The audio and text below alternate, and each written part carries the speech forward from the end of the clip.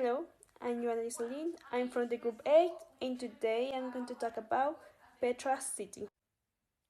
Petra City, or also called the Pink City, is an ancient Near Eastern city carved into the rocks. Petra is a rich archaeological site from the time of the Nabateans, combining Western and Eastern elements. Temples, tombs, dams, and canals are combined with a unique landscape of red sandstone. That is why it has been a UNESCO World Heritage Site since 1985 and has been on the list of the new 7 wonders of the world since 2007. This city is part of the art movement of ancient art. Ancient art is a significant period in art history that spans from around 300 before Christ to 300 after Christ. It includes artworks created in various ancient civilizations like Egypt, Rome, Greece, and Mesopotamia. Ancient art has had a tremendous influence on subsequent artistic periods and has formed the basis for many artistic principles and techniques. The art expression of Petra City is architecture. And now that we know all these general facts, we can inquire deeper in this topic. The name Petra means piedra in Spanish, but it's important to mention that not all the city is carved into the rocks. Free structures, such as the Great Temple, can be found.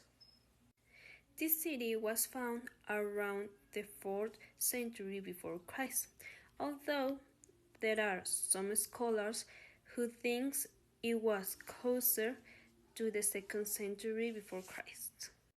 The city of Petra is located near the Gulf of Aqaba, between the Red Sea and the Dead Sea in Jordan. This point was an important crossroad for trade routes of antiquity, thanks to the fact that it offered good water channeling and safety conditions. That was the reason why Petra became the site of a great engineering and architectural feat in the midst of exceptional natural conditions. All these buildings have something in common. They are made of sandstone, a lithium stone that gives varieties of colors, such as yellow, orange, and pink. The most emblematic points of this city that I would like to talk about are the Sikh, or the well that is Petra's Gate, Al-Kasnei, or Treasure of Petra, At Deir, or the monastery, the royal tombs, Silk Tomb, Streets of Facades, Theatre of Petra, and the Great Temple. The Sikh is the main road that leads to the city of Petra. It is a winding road open between the sandstone rock, which is 1.2 kilometers long. The maximum height of the road reaches about 3 meters, and its depth, with respect to the height of the rocks, can be up to 70 meters. Along the way, you can see the canals for the distribution of the water, built in the time of the Nabateans. The canals consisted of clay pipes to the channeled water from the so-called Moses Spring, located in Wadi Musa, to Petra. The first building that is sited leaving the Sikh is the Treasure of Petra. It was built during the reign of Aretas IV, between 9 before Christ and 40 after Christ.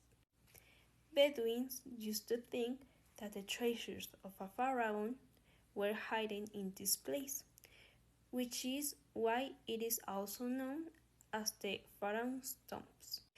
It is a mausoleum excavated in the rock, which very possibly was a pilgrimage center. It is not known to whom it was dedicated, but it is believed that it must have been to a monarch. It is 25 meters wide and 39 meters high. The facade is divided into two levels. The lower level is supported by 6 Corinthian columns and has a pediment with a frieze decorated with floral motifs. The upper level has 2 false gables with a square base on the sides, and in the center one with a circular base, crowned with a 3.5 meters high urn. In the opening we find reliefs that also imitate the false gables. In each section there are figurative representations. It is believed that the central sculpture represents a goddess, which can be fertility, Al-Uza, or Isis. In addition, the facade is decorated with elements of Ptolemaic period, and originally bore a layer of Palicum stucco. The monastery was built in honor of King Obodas I on a plateau.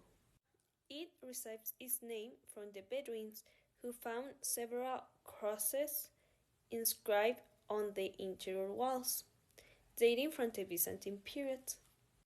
It is believed that this building was a place of worship, as there are not tombs inside. It is about 47 by 48 meters. Its style is more classical compared to the treasure of Petra, as it dispenses with the Corinthian columns and uses a more stylized variety of capital, known as the Nibitan capital. Here we can see an example. The facade is divided into 2 levels, and the upper one follows the model of Al-Kesnei. But unlike the latter, the ornaments of the entablature are geometric, so there are no traces of sculptures. Other structures surround the monastery, such as the other niches and cisterns, a rock slope with chambers and basins, the so-called Great Circle, which is a colored rock chamber, and a 15 by 9 meters worship hall in which a 3 by 4.50 meters niche is carved. This is located in front of At-Deir. The Royal Tombs. The Royal Tombs is a group of mausoleums built on the rocky mountainside, especially on the western lobe, which is called Jabal al-Kufta. Some of them stand out, such as the Yurna tomb, possibly made in the second half of the 1st century after Christ. They have a facade of 26 by 16.49 meters.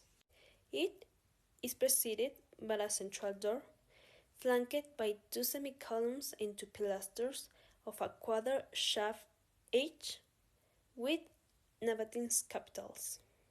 In the spaces between columns there are 3 loculi, that is, burial niches. The interior chambers measures 18.95 by 17.15 meters.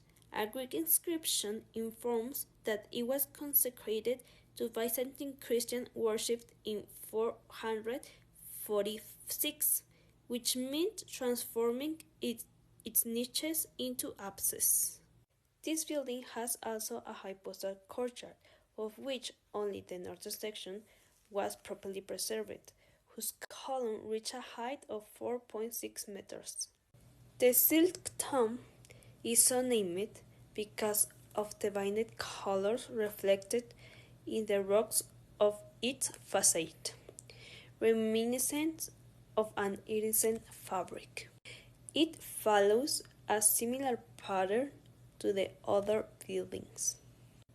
It is believed that the tomb is dedicated to a deity. The group of the facades is a group of small tombs.